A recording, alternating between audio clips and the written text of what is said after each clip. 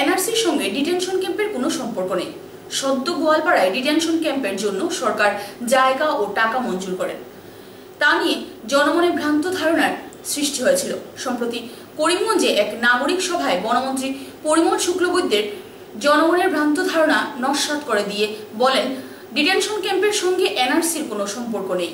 আসামের বিভিন্ন জেলে বন্দী সন্দেহভাজন নাগরিকরা অস্বচ্ছ পরিবেশের মধ্য দিয়ে জীবন অতিবাহিত করছেন। আসামের বিভিন্ন জেলে প্রায় 900-রও বেশি সন্দেহভাজন নাগরিকের কথা চিন্তা করে গোয়ালপাড়ায় নির্মাণ করা হচ্ছে ডিটেনশন ক্যাম্প।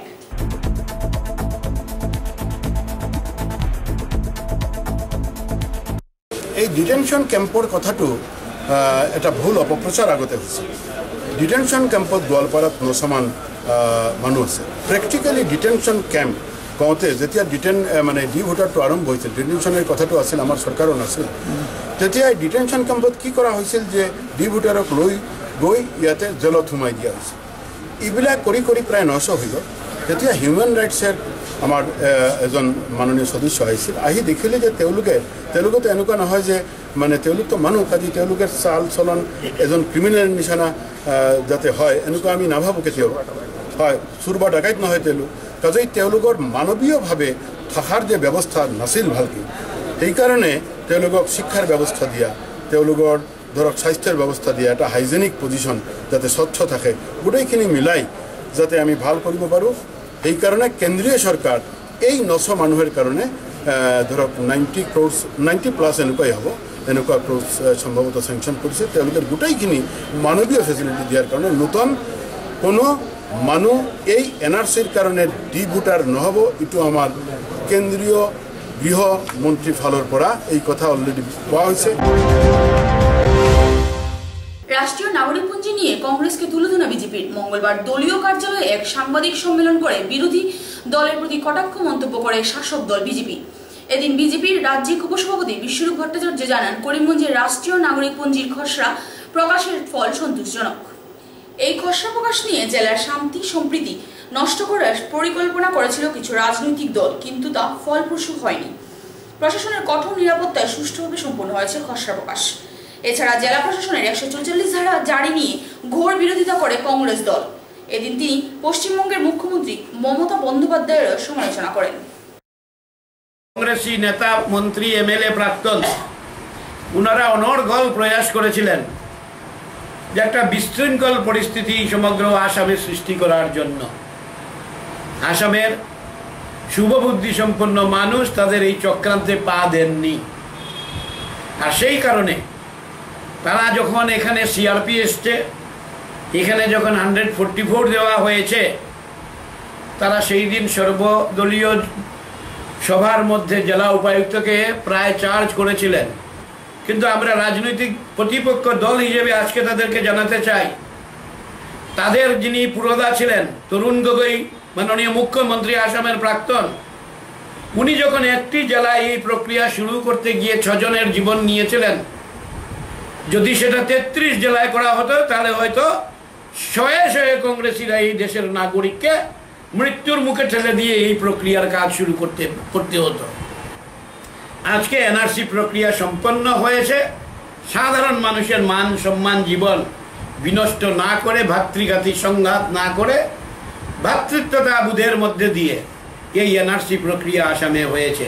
যারা হুলস্থুল বাজাচ্ছেন, সংসদের রাজ্যসভায় যারা হুলস্থুল করছেন, মাননীয় পশ্চিমবঙ্গের বাংলার মুখ্যমন্ত্রী মহোদয়া, উনাকে বলা প্রয়োজন, আসামের জনগণ আসামের একজন ব্যক্তিকে তাদের সরকার চালাবার জন্য দায়িত্ব দিয়েছেন, উনার নাম হচ্ছে সর্বানন্দ সোনোয়াল। বাংলার লোকও একজনকে দায়িত্ব দিয়েছেন তাদের বাংলা পরিচালনা করার জন্য 5 বছরের জন্য, উনার নাম আমাদের দিদি মমতা ব্যানার্জির হাতে। উনার এই বিষয় নিয়ে আতঙ্কিত হবার কোনো কারণ নেই, হস্তক্ষেপ করারও কোনো কারণ নেই। মমতা ব্যানার্জি পশ্চিমবঙ্গের পূর্ববঙ্গ থেকে আগত যেসব বাঙালিরা বাস করছেন, তারা কি করে পশ্চিমবঙ্গে বাস করছেন সেটার দিকে নজর দিন, তাহলে তিনি পেয়ে যাবেন পশ্চিমবঙ্গের বাঙালিরা সুখে আছে না দুঃখে আছে সেটা মমতা ব্যানার্জি অনুধাবন করুন পশ্চিমবঙ্গেতে পূর্ববঙ্গ থেকে আগত বাঙালিদের কাছ থেকে। কেন করিমগঞ্জের সমস্ত স্তরের জনসাধারণকে ধন্যবাদ জানাচ্ছি ধন্যবাদ এই জন্য জানাচ্ছি যে বিভিন্নভাবে প্ররোচিত করার চেষ্টা করা হয়েছিল যে এইখানকার এই অঞ্চলে একটা কোনো রকম কোনো গণ্ডগোল পাকিয়ে দিয়ে এনআরসি প্রক্রিয়া যাতে সম্পূর্ণ করা না যায় সেই প্রচেষ্টার জন্য কিছু রাজনৈতিক দল লেগেছিলেন। কিন্তু সৌভাগ্যের কথা এই জেলার মানুষ তাদের টোপে পা না দিয়ে তারা সঠিকভাবে বিশ্বাস রেখেছিলেন এই দেশের বর্তমান নির্বাচিত সরকারের উপর, এবং সরকারও সেটা প্রমাণ করে দিয়েছেন যে সরকার কোনো অন্যায়ভাবে কোনো কাজ করেনি। যাদের নথিপত্র আছে, যারা ভারতীয়, সঠিকভাবে ভারতীয়। আপনারা শুনলে আশ্চর্য হবেন, এই 3 জেলার মধ্যে সবথেকে বেশি হাইলাকান্দি জেলাতে মানুষের নাম এসছে, অথচ সেখানে বলা হয়েছিল যে হাইলাকান্দির থেকে সমস্ত মুসলমান ভাইদের নাম কেটে বাদ দেওয়া হবে। যাদের ডকুমেন্ট আছে তাদেরকে বাদ দেওয়ার চিন্তা ভারতীয় জনতা পার্টির সরকার অন্তত করে না। এটা প্রমাণ হয়ে গেছে এই এনআরসির ডাক প্রক্রিয়া প্রকাশিত হওয়ার পর থেকে। প্রত্যেক মণ্ডলে আমাদের নির্দেশ দেওয়া হয়েছে যে আমাদের যারা বুথ প্রমুখ, বুথ প্রেসিডেন্ট যিনি আছেন, এবং আমাদের যাদের পৃষ্ঠ প্রমুখ দেওয়া হবে, ওদের দায়িত্ব হবে নিজের এলাকায় ঘুরে কার ঘরে কজন বাকি আছেন, নাম উঠেনি, তাদের তালিকা তৈরি করা এবং তাদেরকে সহায়তা প্রদান করা। সকল ভারতীয়র নাম ওঠার জন্য বিজেপি সত্য প্রবৃত্ত হয়ে কাজে থাকবে, এটা নিয়ে চিন্তা করার কোনো বিষয় নেই। নিজের দেশে থেকে পরাধীনতার মতো জীবন অতিবাহিত করতে হয় একটি গ্রামের জনগণকে। গ্রামটি হচ্ছে করিমগঞ্জ জেলার ভারত বাংলা সীমান্তের কাঁটাতারের বাইরে থাকা গোবিন্দপুর গ্রাম। গ্রামটিতে 43 পরিবারের প্রায় 200-রও অধিক জনগণের বসবাস। গ্রামের জনগণের অভিযোগ, তারা সব ধরনের সুযোগ সুবিধা থেকে বঞ্চিত। গ্রামে নেই পথঘাট, নেই খাওয়ার জল, নেই বিদ্যুতের সুযোগ সুবিধা। জনপ্রতিনিধিরা প্রতি 5 বছরের মাথায় বিধানসভা অথবা লোকসভা নির্বাচনের সময়ে একবার ভোট ভিক্ষায় গ্রামে পা রাখেন।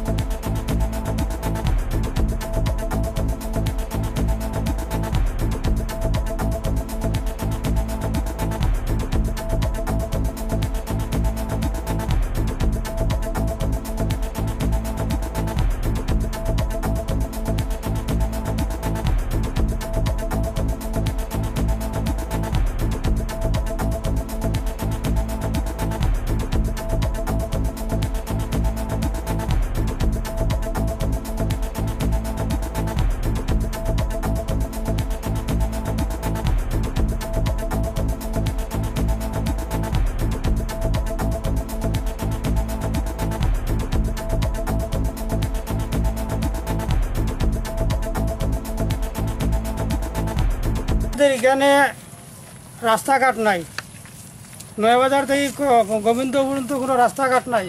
কোনো সরকার আসলেও, সরকারের এমএলএ আসলেও ওইদিকে যায় না, তারা সোজা রাস্তায় এই ভোটার উঠে চলে যায়। এখনও আমাদের ছোটো ছোটো বাচ্চারা কমসে কম 50-60টা বাচ্চা স্কুলে যায়, কিন্তু এই বর্ষার টাইমে তারা 3 মাস 4 মাস 5 মাস বন্ধ করে থাকে, কিন্তু রাস্তাঘাটের অসুবিধাতে যেতে পারে না, জলের অসুবিধা যেতে পারে না। এমএলএ কে স্থানীয় বিধায়ককে বলেছেন, এমএলএ সে কমলাক্ষ প্রকাশ তো একদিনে এসে বছরে একদিনই কানে আসে না। আর আসলে এখানে কাঁচরা মাছরা খাদার অসুবিধার কারণে তারা বোটা রোডে চলে যায়, এখানে দিদিকে তারা লক্ষ্যই করে না। আমরা তো মানুষ কমসে কম 250 মানুষ এখানে আছে, তারপরেও 200 ভোটার কমসে কম 200 ভোটার এখানে আছে, তারপরে আমাদের দিকে কোনোদিন লক্ষ্য করে না।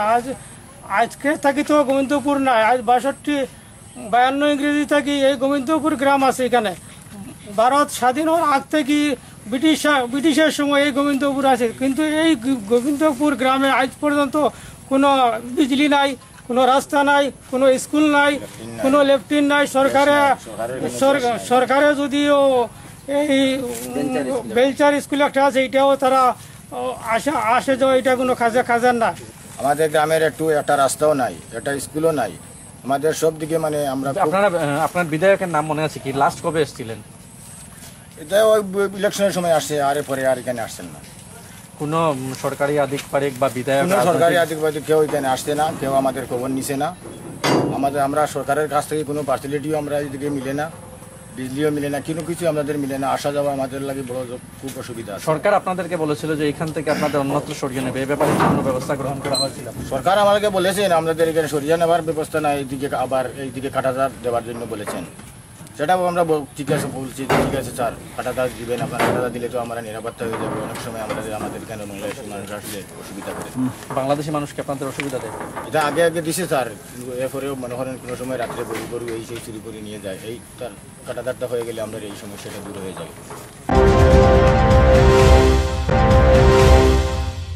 উৎসাহ উদ্দীপনার মধ্য দিয়ে পালিত হলো বড়মার 125তম আবির্ভাব তিথি। দিন জুড়ে বিভিন্ন কার্যসূচির মধ্য দিয়ে পালিত হয় এই আবির্ভাব তিথি। এ উপলক্ষে লঙ্গাই রোড স্থিত সৎসঙ্গ আশ্রমে বিভিন্ন কার্যসূচির মধ্য দিয়ে পালিত হয় মাতৃ সম্মেলন, ধর্মীয় আলোচনা ও কবিতা আবৃত্তি। এ উপলক্ষে প্রচুর সংখ্যক ভক্ত সমাগম পরিলক্ষিত হয় সৎসঙ্গ আশ্রমে।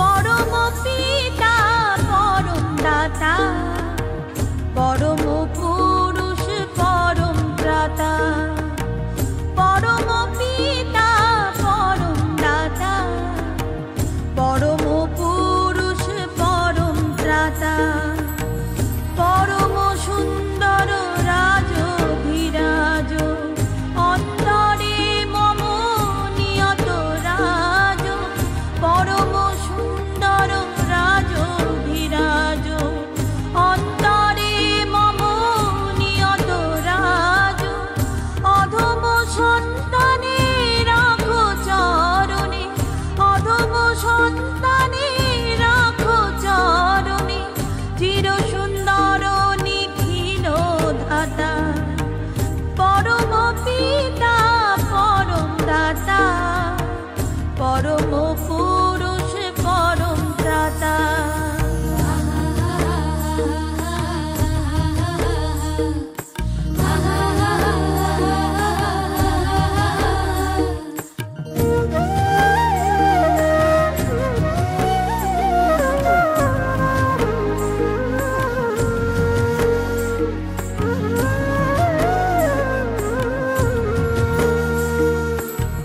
সর্বক্লেশ পরমোচন সর্বত্রাস। আমার জন্মলগ্ন ঘোষণাদি হয়েছে, তারপরে সঙ্গীতানুষ্ঠান চলছে, এখন চলছে মাতৃ সম্মেলন। সেই মাতৃ সম্মেলনে মায়েরা শ্রী বড় মার জীবনের বিভিন্ন দিক নিয়ে আলাপ আলোচনা করছেন, তার জীবনের সম্পূর্ণ ঘটনাগুলো তুলে ধরছেন, তার দয়ার কথা, লীলার কথা। শ্রী বড় মা ছিলেন পরম প্রেমময় যুগ পুরুষোত্তম শ্রী ঠাকুর অনুকূলচন্দ্রের লীলা সঙ্গিনী, অর্থাৎ আমরা তাকে নারায়ণী রূপে পূজা করি। তিনি আমাদের জীবনের সেই পরমারাধ্যা পরম শক্তি, সেই মহামায়া, সেই মা দুর্গার মতোই আমাদের কাছে আরাধ্যা পূজনীয়া। তার দয়ার অজস্র ঘটনা রয়েছে, অজস্র লোক তার কাছে গিয়ে সেরকম তার দয়া পেয়েছে। তো আজকে সেই মায়েরই জন্মদিন, সেই মায়ের জন্মদিনে এখানে আমাদের আনন্দবাজার চলছে, আনন্দবাজারে ভান্ডারাকে প্রসাদ বিতরণ চলছে। সারাদিন লোকজন আসবে, সন্ধ্যার সময় আমাদের বিনতি প্রার্থনা হবে। করিমগঞ্জের বিজেপি শহর মণ্ডলের উদ্যোগে চালু হলো এনআরসি সহায়তা কেন্দ্র। সম্প্রতি এনআরসির প্রকাশিত খসড়ায় কিছু ভুলভ্রান্তি ধরা পড়েছে। সেই সব সংশোধনের জন্য রাজ্যিক বিজেপির নির্দেশে বিজেপি শহর মণ্ডল হাতে নিয়েছে এই কার্যসূচি। এই কার্যসূচির অধীনে জনগণ এনআরসি সম্পর্কিত ফর্ম পূরণ করে আবেদন করতে পারবেন। এনআরসি সম্পর্কিত যে কোনো সমস্যার সমাধানে জনসাধারণের সাহায্যার্থে কাজ করবেন এই সহায়তা কেন্দ্র। এই কার্যসূচির অধীনে জনগণ এনআরসি সম্পর্কিত ফর্ম পূরণ করে আবেদন করতে পারবেন। এনআরসি সম্পর্কিত যে কোনো সমস্যা সমাধানে জনসাধারণের সাহায্যার্থে কাজ করবে এই সহায়তা কেন্দ্র। করিমগঞ্জে শহর মণ্ডলের অধীনে একটি সহায়তা কেন্দ্র খোলা হলো। এই সহায়তা কেন্দ্র সমস্ত নাগরিক যাদের নাম 30 জুলাইয়ের তালিকায় প্রকাশিত হবে না, তাদের সবাইকে আমরা সহায়তা করব। এনআরসি নিয়ে অহেতুক কোনো আতঙ্কের কোনো প্রয়োজন নেই।